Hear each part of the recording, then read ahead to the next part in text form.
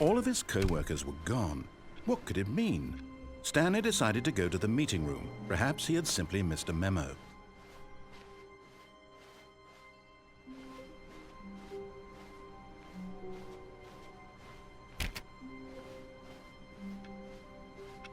Maybe Stanley would never pick up the bucket.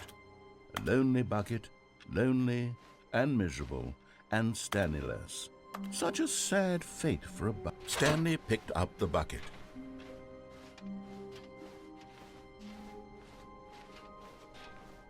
Stanley clutched the bucket tightly to his chest and entered the door on his left.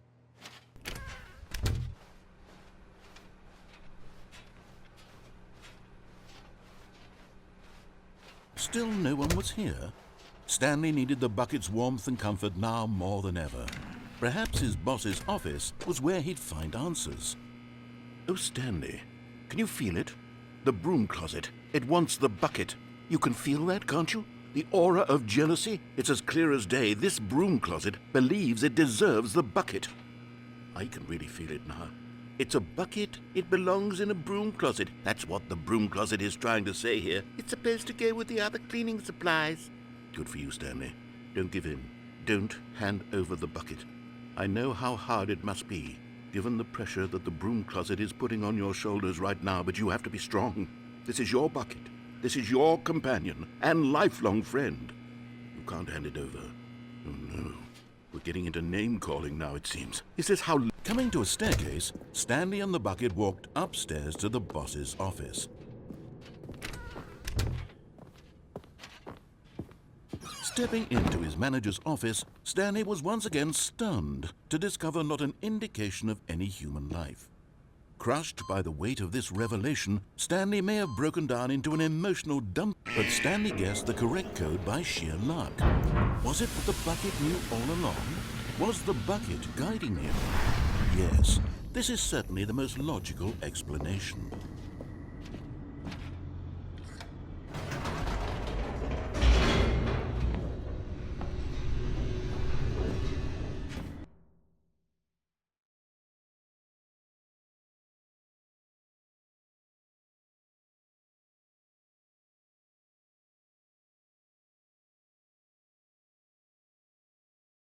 The elevator raced downward, plummeting towards an unknown fate. It would be all Stanley could do to keep himself together, if not for the bucket. Soothing him, comforting him, reassuring that in this darkest moment of uncertainty, he would be all right. The bucket is here for you, Stanley. Everything will be fine. Stanley and the bucket walked straight ahead through the large door that read, Mind Control Facility.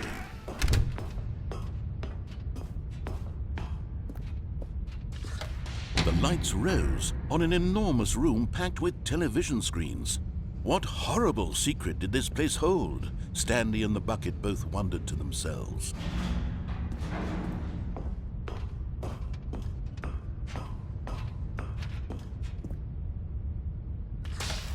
The monitors jumped to life, and Stanley nearly dropped the bucket in shock. Everyone in the office was being videotaped, monitored like guinea pigs. The bucket had never seen anything like this, and it very nearly burst into tears as Stanley cradled it gently, reassuring it that everything would be fine. Was the bucket under the mind control facility's influence as well? Had the bucket been told to do things it didn't wish to do? What kinds of things does a bucket want to do or not want to do in the first place? These questions raced furiously in Stanley's feeble mind. No! He screamed into the bucket. He couldn't accept it. His own life in someone else's control, never! He squeezed the bucket tighter, his one friend in the entire world. At this point, he could trust no one except for the bucket. But here was the proof. The heart of the operation. Controls labeled with emotions, happy or sad or content. Walking, eating, working, all of it monitored and commanded from this very place. And as the cold reality of his past began to sink in, Stanley decided that this machinery would never again...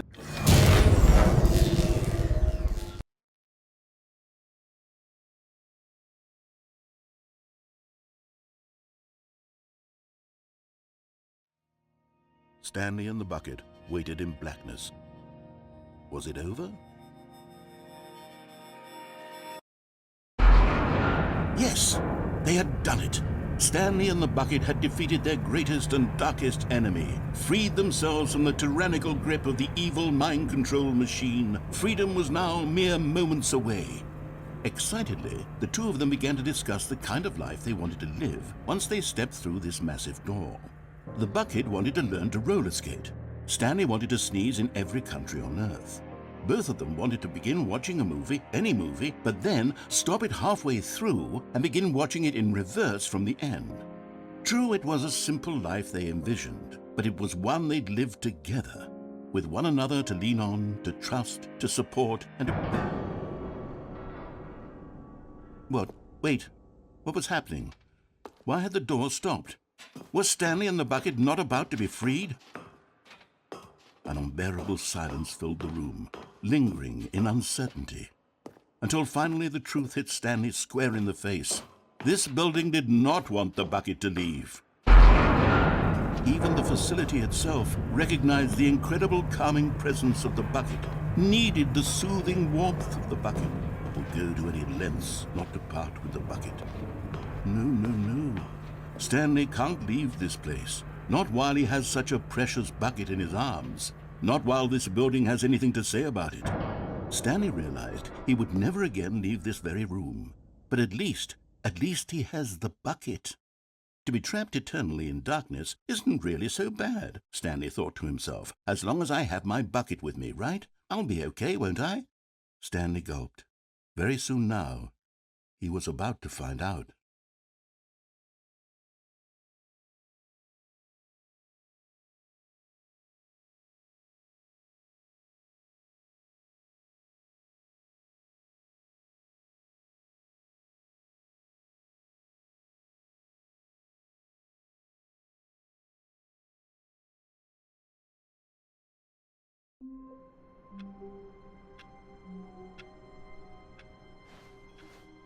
Stanley decided to go to the meeting room to check on his co-workers. He never functioned well by himself and constantly needed support and guidance from others, so the thought of total solitude was terrifying to him.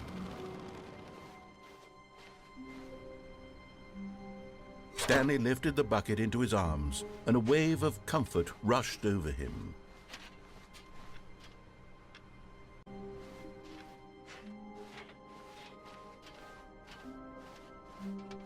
Stanley clutched the bucket tightly to his chest and entered the door on his left.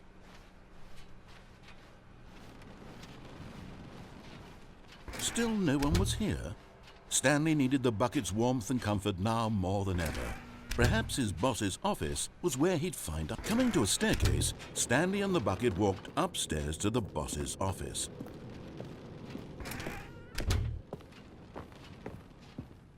Stepping into his manager's office, Stanley was once again stunned to discover not an indication of any human life. Crushed by the weight of this revelation, but Stanley guessed the correct code by sheer luck. Was it that the bucket knew all along? Was the bucket guiding him? Yes, this is certainly the most logical explanation.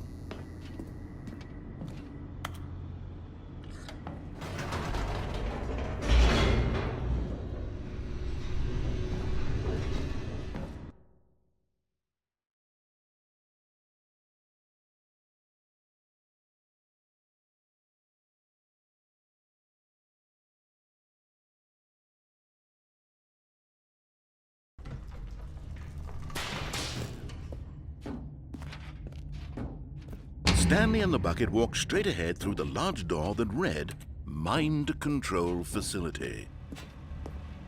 Although this passageway had the word escape written on it, the truth was that at the end of this hall, Stanley and the bucket would both meet a violent death.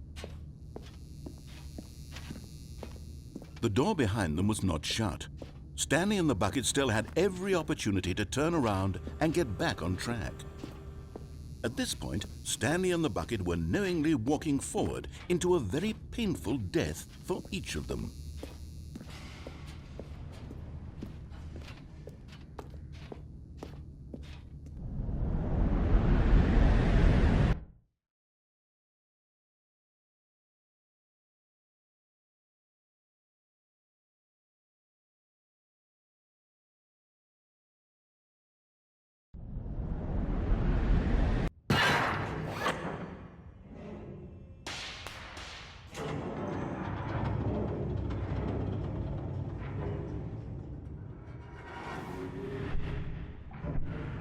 As the machine whirred into motion and Stanley and the bucket inched closer to their demise, Stanley reflected on how meaningless the bucket's warmth and comfort had turned out to be.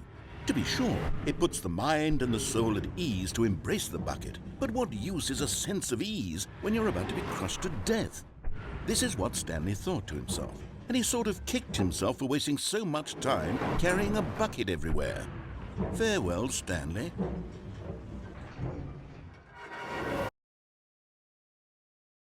"Farewell, Stanley," cried the narrator, as Stanley and the bucket were led helplessly into the enormous metal jaws.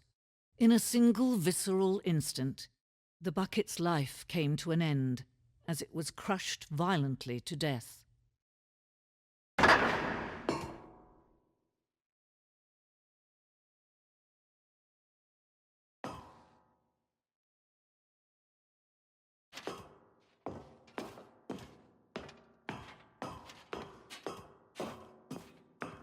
It was a shame, the death of such a magnificent bucket. It's true that all buckets are radiant in their own way, but this one stood above the rest. It was a glorious bucket to behold.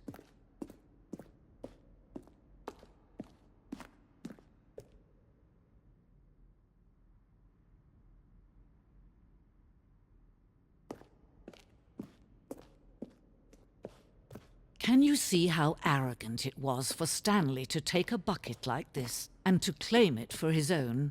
Can you see the hubris that blinded him?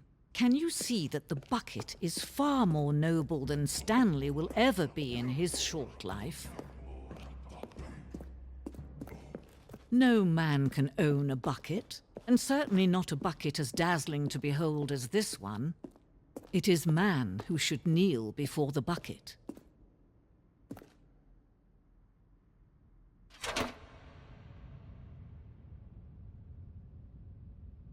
But there is something we can do together, you and I, that will right this terrible wrong.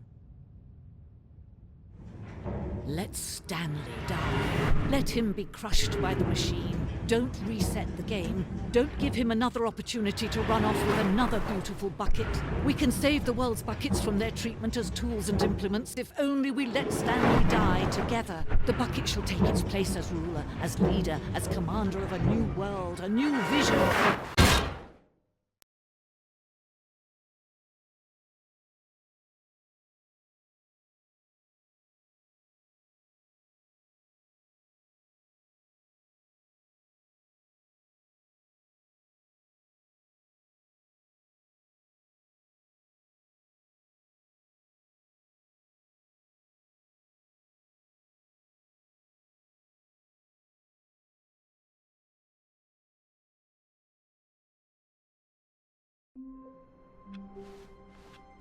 All of his co-workers were gone.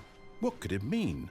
Stanley decided to go to the meeting room. Perhaps he had simply missed a memo. The confusion and the chaos all seemed to melt away as Stanley embraced the bucket.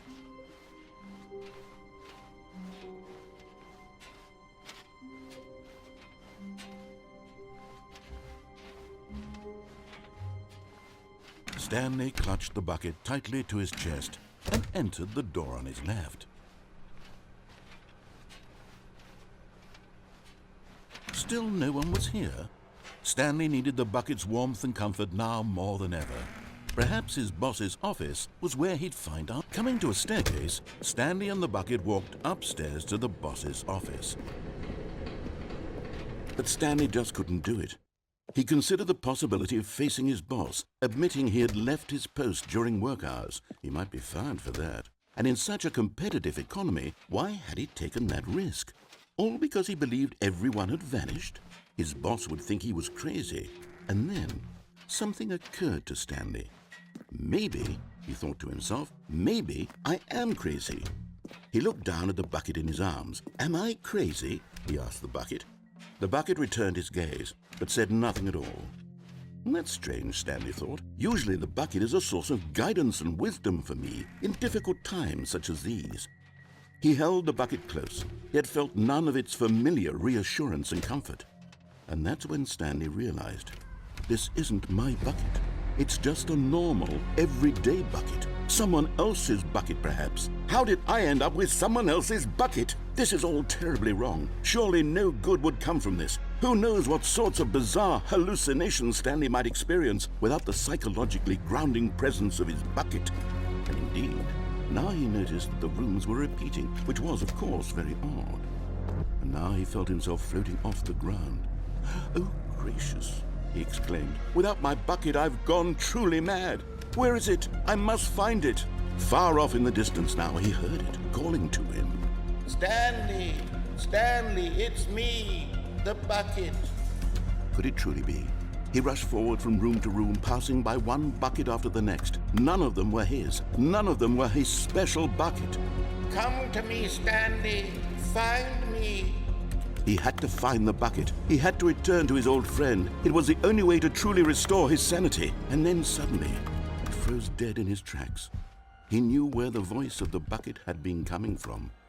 The real bucket was inside of him all along. It was incredibly painful. Stanley doubled over in agony and blacked out.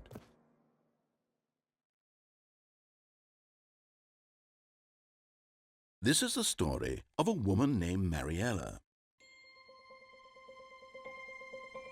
Mariella woke up on a day like any other. She arose, got dressed, picked up her bucket of comfort and security, and walked to her place of work. But on this particular day, her walk was interrupted by the body of a man who had stumbled through town, talking and screaming to himself, and then collapsed dead on the sidewalk. Right away, she knew what the problem was. This man had no bucket. Of course he'd gone mad, ranting and raving about a narrator describing all of his actions and how everything is predetermined and free will is an illusion and it's all just a video game. It could all have been prevented if only he'd taken his bucket with him. Perhaps he didn't even realize he'd forgotten his bucket at home in the first place. How cruel the world can be, Mariella thought, and she hugged her own bucket even tighter. But of course, she had no time for this. There were a myriad of confusing problems she would soon have to confront at work, for which her bucket would provide absolute guidance and total clarity on everything. Heck yes, she thought to herself, my life kicks ass. And she backflipped all the way to work.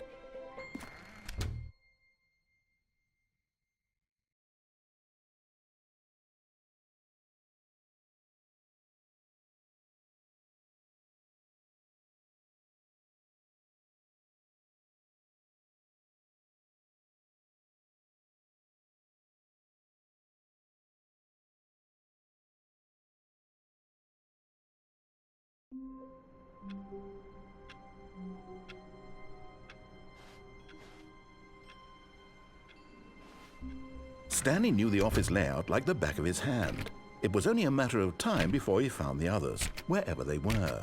Oh, please. Are you really just doing this for the trophy? Click a door 5 times? Is that all you think a trophy is worth? No. I can't just give these merits away for such little effort. A measly 5 clicks? Now, suppose you were to click the door 20 times. I would say that's the kind of effort that warrants recognition. I have to say, I'm still not feeling the satisfaction of witnessing true effort for a noble cause. Perhaps 50 clicks will do it. Yes, almost certainly 50 clicks.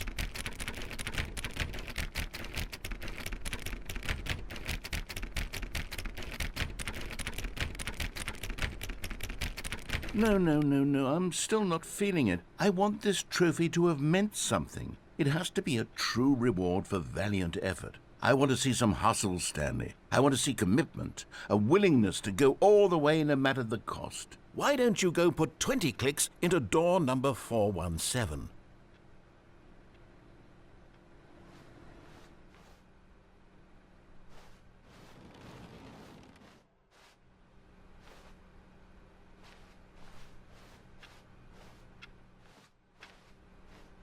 Warmth spread through Stanley's arms. With the bucket in his arms again, he was home. Okay, great. Now, go touch the bucket on door 437 a few times.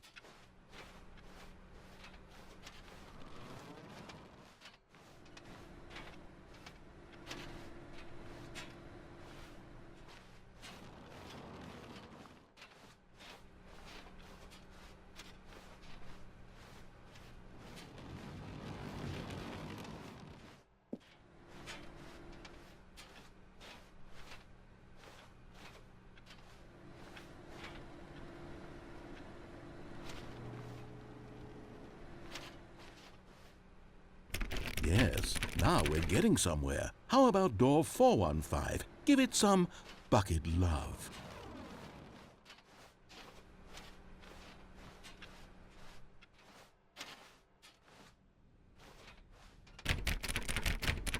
Now back to door number 437.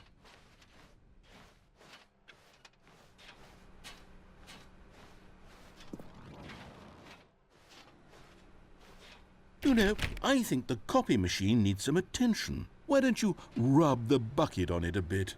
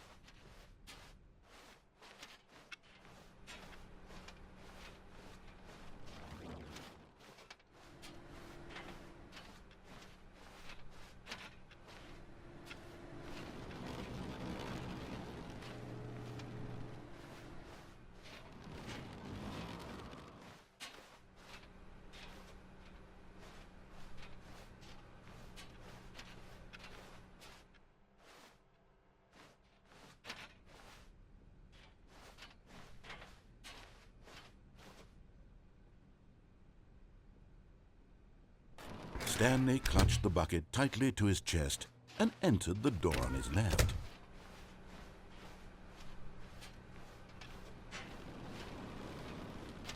Still no one was here. Stanley needed the bucket's warmth and comfort now more than ever. Perhaps his boss's office was where he'd find answers.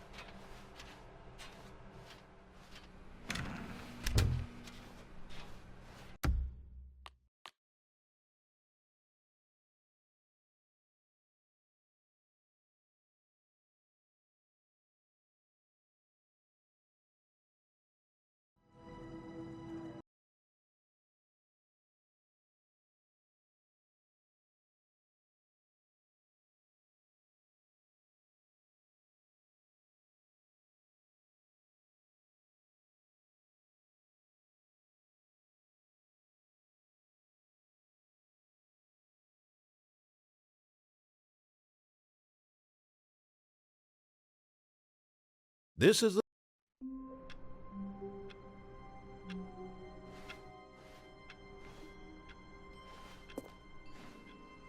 All of his co-workers were gone. What could it mean? Stanley decided to go to the meeting room. Perhaps he had simply missed a memo. Stanley went around touching every little thing in the office, but it didn't make a single difference. Oh, please. Are you really just doing this for the trophy? Click a door 5 times? Is that all you think a trophy is worth? No. I can't just give these merits away for such little effort. A measly 5 clicks? Now, suppose you were to click the door 20 times. I would say that's the kind of effort that warrants recognition. I have to say I'm still not feeling the satisfaction of witnessing true effort for a noble cause. Perhaps 50 clicks will do it. Yes, almost certainly 50 clicks.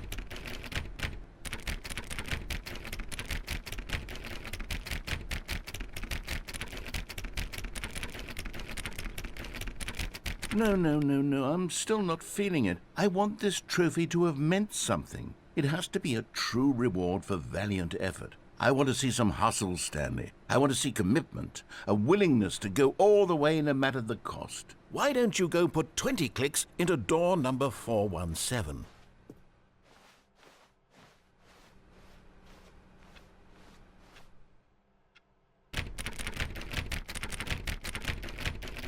Oh, great. Now, go click a few times on door 437. Excellent. I think we're getting somewhere. Now, door 415. Let's give it 10 clicks or so.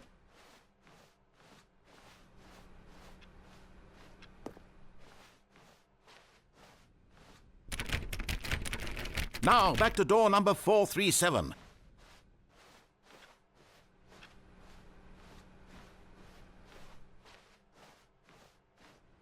Let's see. How about you click on, well, I don't know, the copy machine?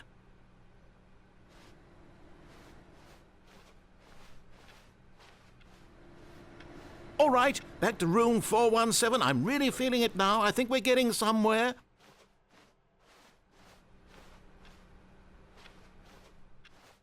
Okay, now go climb on employee 419's desk.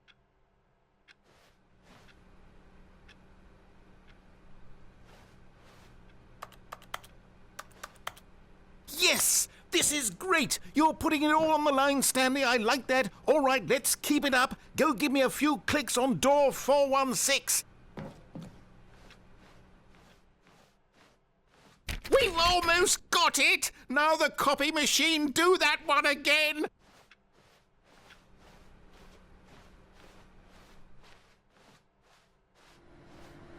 Finish it off, Stanley! 5 clicks on door 430. Yes! We did it! Oh, wow. That felt amazing. Oh, you really earned it, Stanley. Nothing could hold you back. Yes, I'm very proud of how far we've come today.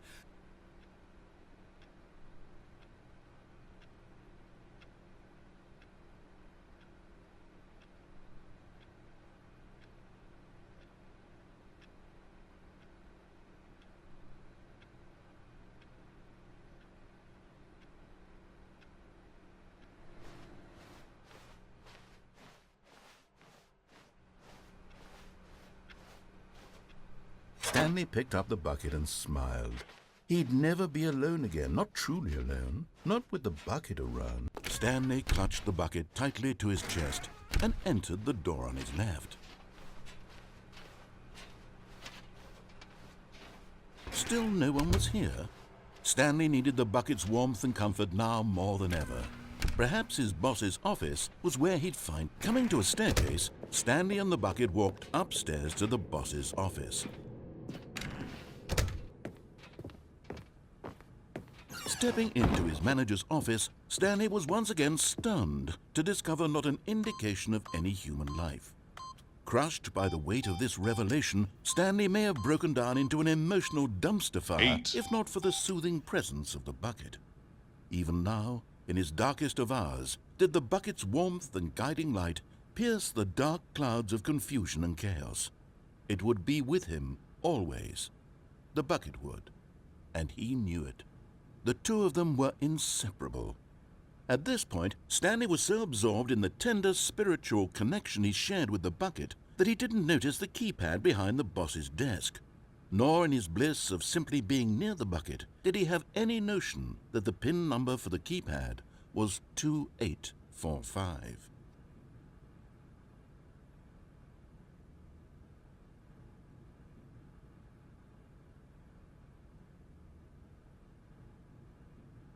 Stanley just sat around twiddling his thumbs, Trying to input anything on the device was useless, since he could never possibly know that the combination was 2845.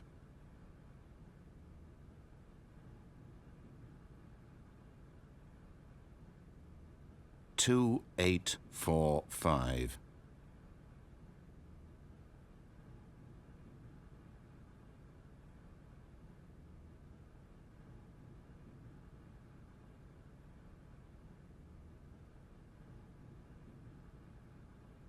Forgot, but it turns out that the panel's emergency override kicked in, and the door just opened all by itself, and Stanley got the hell along with the story.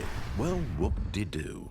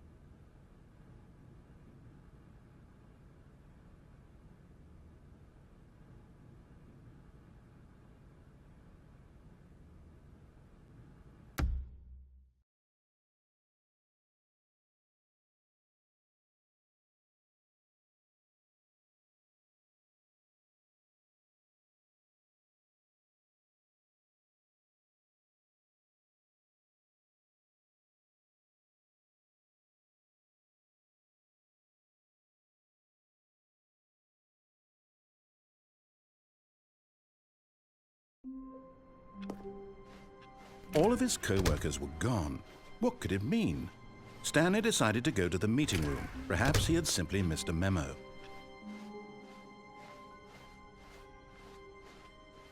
When Stanley came to a set of 2 open doors, he entered the door on his left.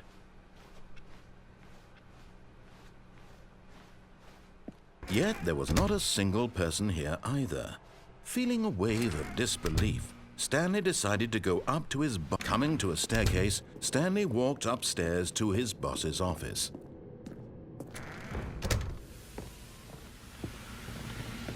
Here's the door, just go.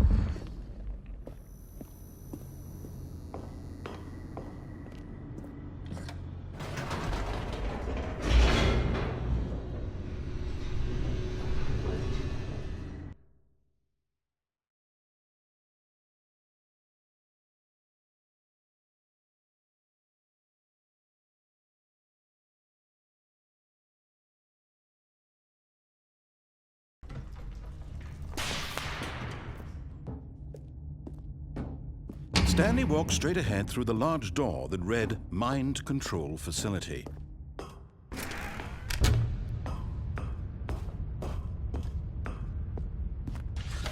The lights rose on an enormous room packed with television screens. What horrible secret did this place hold? Stanley thought to himself. Did he have the strength to find out?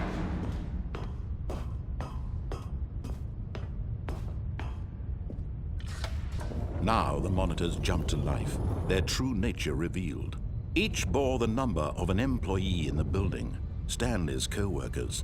The lives of so many individuals reduced to images on a screen, and Stanley, one of them, eternally monitored in this place where freedom meant nothing. This mind control facility, it was too horrible to believe. It couldn't be true. Had Stanley really been under someone's control all this time? Was this the only reason he was happy with his boring job? That his emotions had been manipulated to accept it blindly? No, he refused to believe it. He couldn't accept it. His own life in someone else's control? Never! It was unthinkable, wasn't it? Was it even possible? Had he truly spent his entire life utterly blind to the world? But here was the proof, the heart of the operation.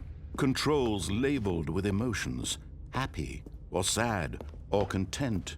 Walking, eating, working, all of it monitored and commanded from this very place. And as the cold reality of his past began to sink in, Stanley decided that this machine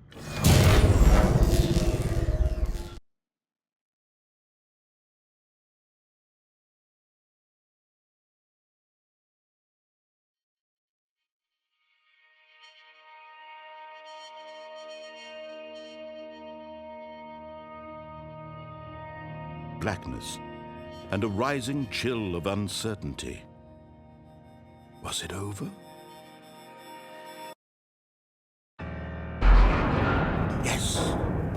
He had won! He had defeated the machine, unshackled himself from someone else's command. Freedom was mere moments away.